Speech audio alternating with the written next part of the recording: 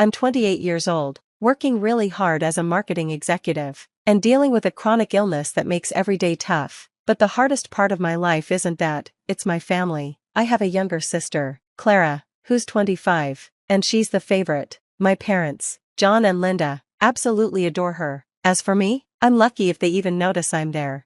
Just last week, I finally got the promotion I've been working so hard for. I was excited, so I called home to share the news. Mom, guess what? I got the promotion. Oh, that's nice, dear, she replied. Did you hear Clara's boyfriend took her to that new fancy restaurant downtown? And just like that, my big moment was ignored. It's always like this. Then, the big news came. At a family dinner, Clara came in, waving her hand around. I'm engaged, Rick proposed.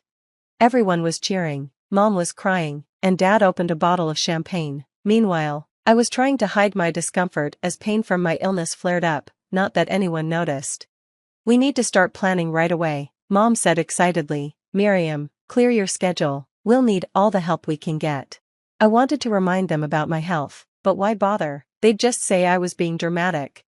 The next few weeks were a blur of wedding catalogs, visiting venues, and endless talks about flowers and dresses. No one really asked my opinion, and when they did, it was quickly shut down.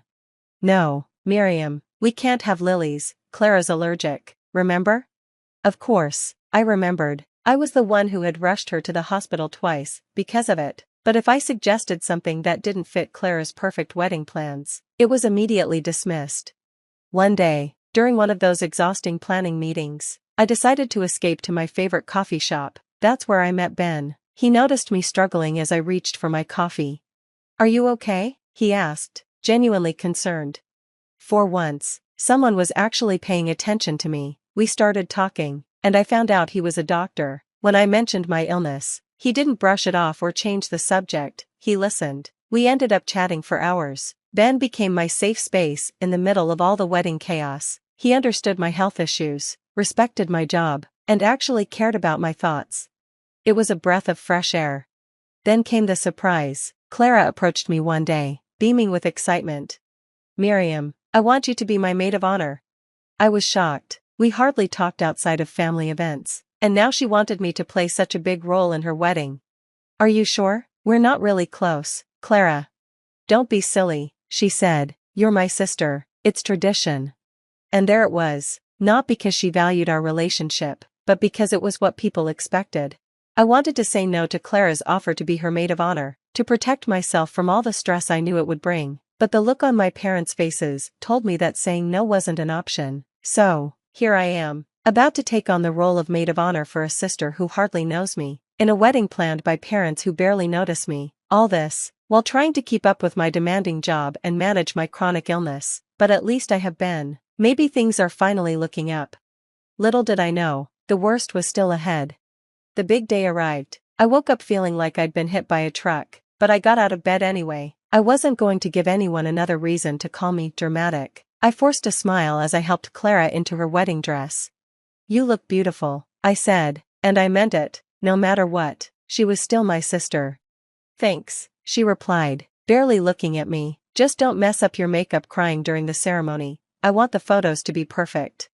The ceremony went by in a blur of white lace and teary vows. I stood there, holding my bouquet, feeling worse by the minute, but I kept it together. I had to. At the reception, I found Ben sitting at our table. You okay? He asked, holding my hand. You look pale. I'm fine, I lied. Just need to get through this.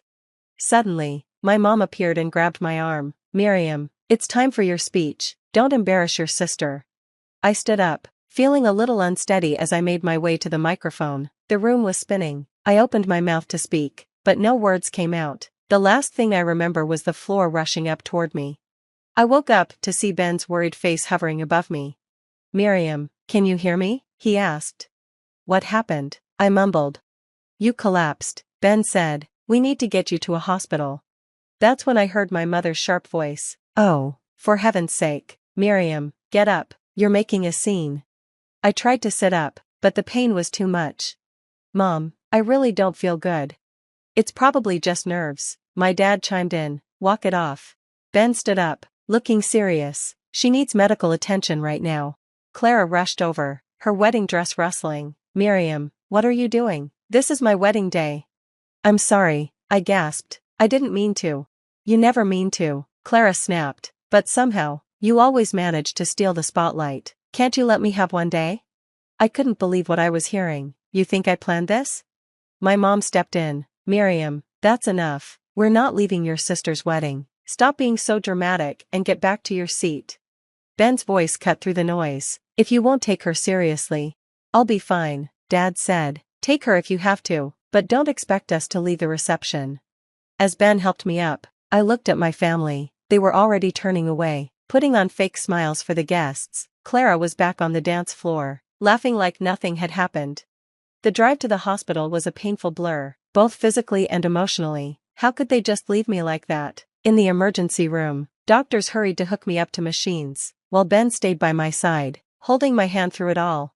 Finally, a doctor came over with my test results. Miss Thompson, you're having a serious flare-up of your condition. It's a good thing you came in when you did. This could have been very dangerous if left untreated. I let out a bitter laugh. Yeah, good thing. As the nurses got me settled into a room for overnight observation, I couldn't stop thinking about my family, still at the wedding, dancing and celebrating while I was lying in a hospital bed. Ben squeezed my hand. I'm so sorry, Miriam, you deserve better than that. For the first time that day, I allowed myself to cry. Why don't they care, Ben? Am I really that unimportant to them? He didn't have an answer, and neither did I, but as I lay there, hooked up to IVs and monitors, one thing became clear: I couldn't keep living like this. I couldn't keep putting myself last for people who wouldn't even leave a party to take me to the hospital. As I drifted off to sleep, I made a promise to myself. Things were going to change. I just had to figure out how.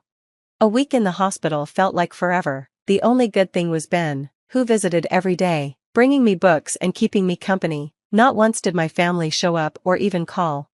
When I finally got discharged, I went home, completely drained, both physically and emotionally. When I opened the door, Mom, Dad, and Clara were sitting in the living room, acting like it was just another day.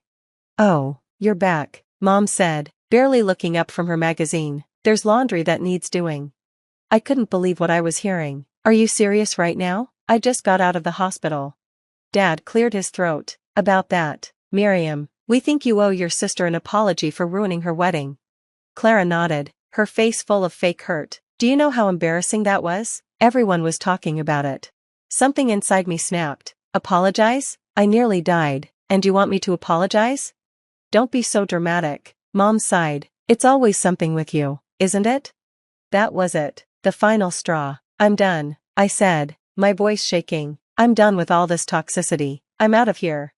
I stormed to my room, threw some clothes into a bag, and walked out. They didn't even try to stop me. Ben was waiting outside in his car. One look at my face, and he knew. You're staying with me, he said. It wasn't a question. The next few weeks passed in a blur of doctor's appointments and work. I threw myself into my job, determined to prove that I could succeed without my family's so-called support. One day, I was going through some old papers when I found documents about a trust fund in my name. Curious, I called the bank. I'm sorry, Miss Thompson, but that account has been almost drained, the banker said. My head was spinning. That's impossible. I've never touched it. After some digging, I discovered the ugly truth. My parents had been taking money from my trust fund for years, using it to pay for Clara's expensive lifestyle. I felt sick. Not only had they neglected me emotionally, but they had also been stealing from me. I knew I needed help, so I called a lawyer named Tom. After reviewing the documents, Tom looked serious. This is a big deal, Miriam. Your parents could face criminal charges for this. Part of me wanted to let it go, to just walk away, but a stronger part of me was done being pushed around. What do we do? I asked. Tom leaned forward. We investigate, we gather evidence, and then we make them face the consequences of what they've done. As I nodded, I felt a mix of sadness and determination. This wasn't how I imagined my life would turn out, but I knew it had to be done. For once, I was standing up for myself. That night, as Ben and I sat on his couch, I couldn't help but reflect on everything. You okay? Ben asked, wrapping his arm around me. I don't know, I admitted. I'm angry and hurt, but I also feel free. Is that strange? He shook his head. Not at all. You're finally putting yourself first, And that's a good thing. I leaned into him, realizing he was right. For the first time in my life, I was prioritizing my own well-being. It felt scary, but right. Whatever happens next, I said, I'm ready. Little did I know, the storm that was about to hit my family would change everything, but this time, I wouldn't be the one suffering. This time, I would be the one in control. As the weeks turned into months, my life changed dramatically. I landed the biggest client of my career, putting me on the fast track for an executive position. The day I signed the contract, I thought about how my family would have brushed this off, but Ben, he threw me a surprise party. I'm so proud of you, he said, handing me a glass of champagne. You deserve this. Then, on a quiet Sunday morning, Ben got down on one knee. Miriam, will you marry me? With tears in my eyes, I said yes. We decided to have a small, intimate wedding, everything my sister's wedding wasn't. Meanwhile, Tom had been investigating my family's finances. One day, he called me into his office, looking grim. Miriam, it's worse than we thought. Your father has been embezzling money from his company to fund Clara's lifestyle. I felt sick to my stomach. What do we do? Tom laid out the options, and after a sleepless night, I made my decision. I anonymously tipped off my dad's company about the embezzlement. The fallout was quick and harsh. Dad was fired and faced criminal charges. Our family name, once respected, was now ruined in our community. Then I got a call from Mom. Miriam, please, we need your help. Your father, the company is pressing charges. I took a deep breath. I'm sorry, Mom, I can't help you. But we're family, she cried. Family doesn't treat each other the way you treated me, I replied, and hung up. Next was Clara. Her perfect life had fallen apart. Rick had left her, and without Dad's stolen money, she couldn't keep up her fancy lifestyle. Miriam, I'm so sorry, she sobbed over the phone. I didn't know about the money. Please, can we start over? Part of me wanted to forgive her, to be the bigger person, but then I remembered all the years of neglect, of always being second. I'm sorry, Clara, I can't do this anymore. I wish you the best, but I need to focus on my own life now. When I hung up, I felt lighter, like a burden had been lifted. For the first time, I had chosen myself. The day of my wedding finally arrived. It was nothing like Clara's big, over-the-top event, just me, Ben, and our closest friends in a beautiful garden. As I walked down the aisle, all I saw in Ben's eyes was love, no judgment, no comparison, just pure acceptance. I do, I said, my voice strong and sure. At the reception, I looked around at the small gathering. These were people who truly cared about me, who had stood by me through everything. My colleague Sarah raised a toast. To Miriam and Ben, two of the kindest, strongest people I know, may your life together be filled with love and respect. As Ben and I swayed during our first dance, I thought about the journey that had brought me here. What are you thinking about? Ben asked softly. I'm thinking about how far I've come, I replied, and how excited I am for our future. He smiled and pulled me closer. Me too. I love you, Miriam. I love you too, I said, and I meant it, not just the words, but the promise of a life where I was valued, respected, and loved unconditionally. As the night came to an end, I felt a deep sense of peace. My family's actions had consequences, but I no longer felt responsible for fixing their mistakes. I had my own life to live, my own family to build, with Ben by my side. Looking at my new husband, I smiled. The road ahead might not be perfect, but I knew one thing for sure, I would face it on my own terms, surrounded by people who truly loved me, and that, I realized, was the sweetest justice of all.